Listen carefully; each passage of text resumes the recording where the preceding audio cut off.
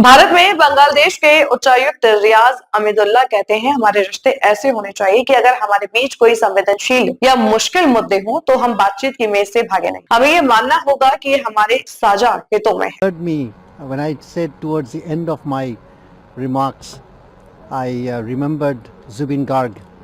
I went and met him, and after being 1 hour with him, and it's very vivid in my memory, he said, you know, I'm in Ohomia, and he said we should really rise above, look beyond the sky. We share our rivers, land, wetlands, for example. He explained to me agroecology. I understood it very well. And then he says, you know, then we get divided in terms of various distinction, religious, ethnic, social, it may be some other divides. And his thing was that, you know, let's try to transcend beyond divides. There will be, you know, divergence, difference of opinion is only fact of life. Everyone has it. Everyone is sovereign to his or her view.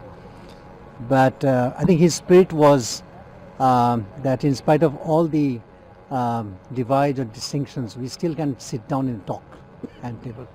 I don't think that Bangladesh-India relations before and even today or even in the future will not be at all something that he described. And I said that, you know, our relations should be such that where if we have uncomfortable issues, we may call sensitive issues, definitely difficult issues, but it should be such that we cannot run away from the table, and we have to believe that it's in our shared interests, and only together we can actually go sort of secure shared prosperity. Prosperity, if it's not shared, I think that's never to be, you know, then peace and stability would be a far cry. So that's what a year in India, moving around, talking to people, including you all, I've never sort of hesitated. I know I had gone through quite a bit of journey in the past months. That's fun. I never felt inhibited, may I say.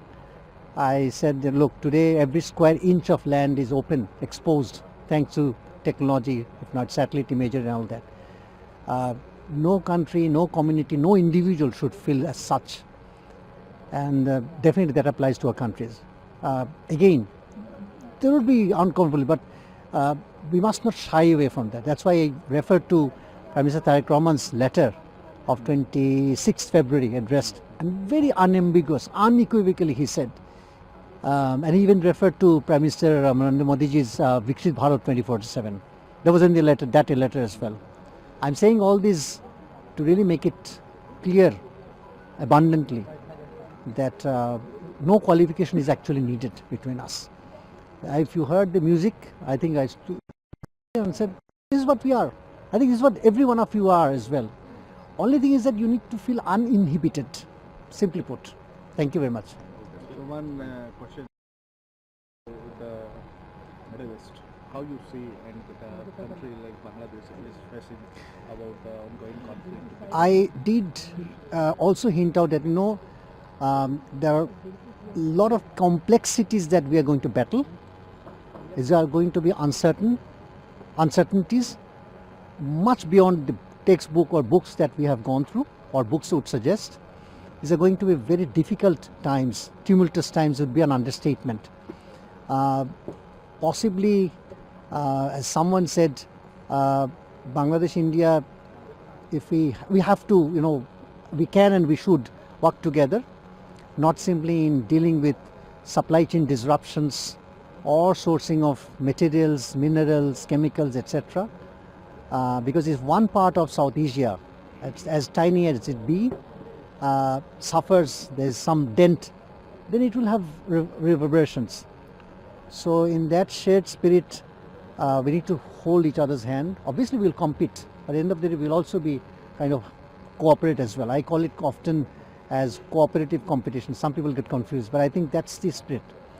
Otherwise, one part suffering or slightly lagging behind may not be good for the region.